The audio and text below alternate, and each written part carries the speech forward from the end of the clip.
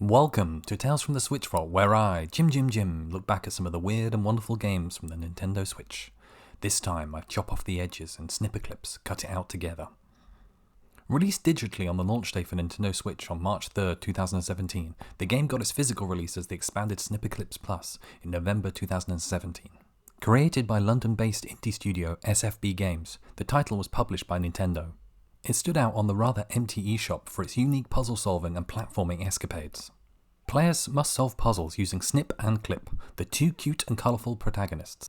What's unique is that they can snip shapes out of each other to solve the tasks.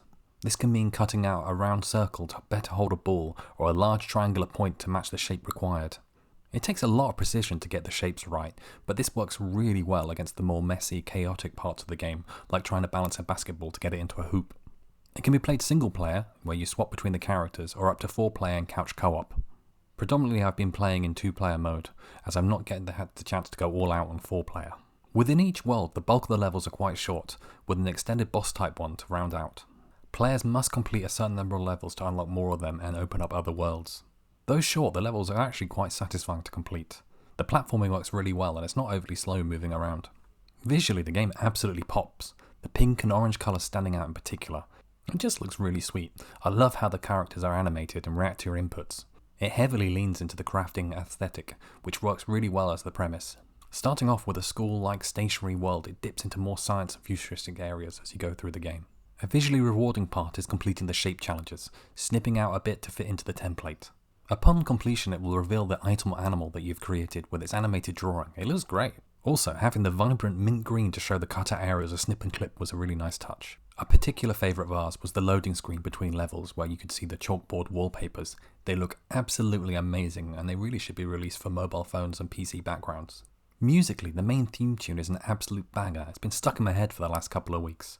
Nice, jaunty, happy tunes that reminds me of some 90s kids cartoon shows. The tunes vary with each world and some levels, so are not overly repetitive, though as I played this in short bursts, none of it ever gets boring.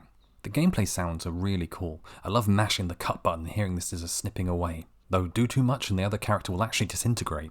Even the clicking when rotating the character shows how well the game has been designed, using audio clues for what the player is actually doing. It can be a little confusing at first, this really helps teach the mechanics. The original hook here was this was basically the only puzzle game at the console at launch. Obviously many years later there are so many options now, how do Snipperclips actually stand out? The key here is the puzzles, which are varied and delightful. Platforming whilst trying to control a ball is tough and stressful, but then having a shape-based task slows things down and makes it more thoughtful. It's really well paced so you don't get too bored of one type of puzzle. There's even levels with your characters being duplicated and locked in place, giving another feel to the game. A small complaint is that usually there's only one way to solve the level, but getting there can require some out-of-the-box thinking, so it kind of balances out. There are plenty of chaotic co-op games on the Nintendo Switch. Overcooked is the choice in our house, but none that I've played that require this kind of precision. I'd argue this makes things more stressful, but with a reset button allowing mistakes to be solved near instantly, it doesn't test your patience too much. Co-op is the main draw, with a lot of options for moving and rotating means that there's always a battle to be on the same page or what to do. Whether that's even just solving the puzzle, let alone implementing it, makes for entertaining bickering. I doubted how well this could translate into single player, but I am pleased to report that the devs solved this. Whenever you are one of the characters, you can hold them in place, such as crouching, and then swap back to the other. And say you manage to get Snip onto Clip, in co-op there's a fair amount of additional movement leading you to fall off more often than not. In single player this is thankfully reduced, and it does give the game a different feel while playing on your own. It works really well both ways. The base game is about 3 hours long, which is not the longest, but they add the additional DLC of Plus, doubled that with far more features. Adding 2 new worlds with 30 additional levels alongside the multiplayer mode gives you more than enough content for players.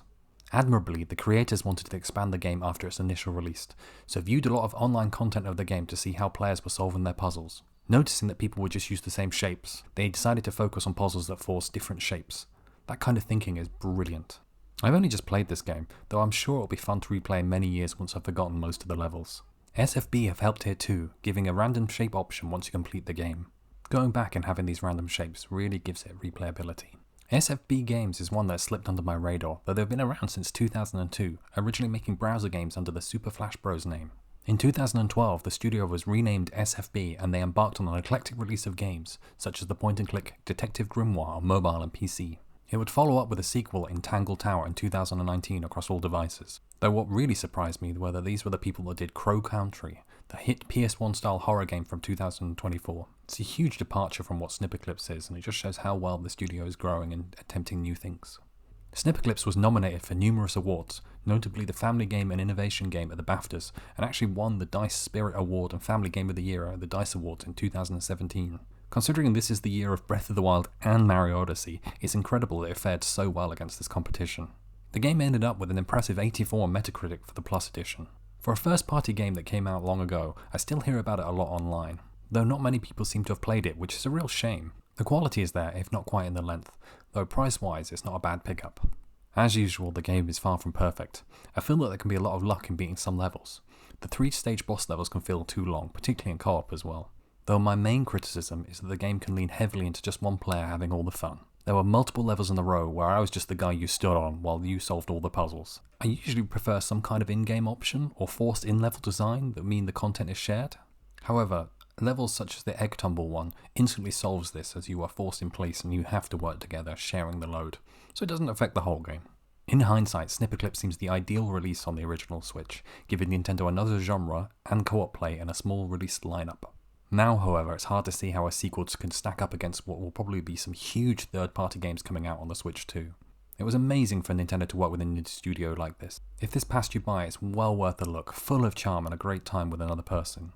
Definitely one for the co-op players. As for SFB, I will need to check out Crow Country soon, as well as keep an eye out for what they have next. Thank you so much for watching. Please subscribe for more weekly Nintendo Switch video game essays. And on that note, I need to go plan the next 4-player gaming night.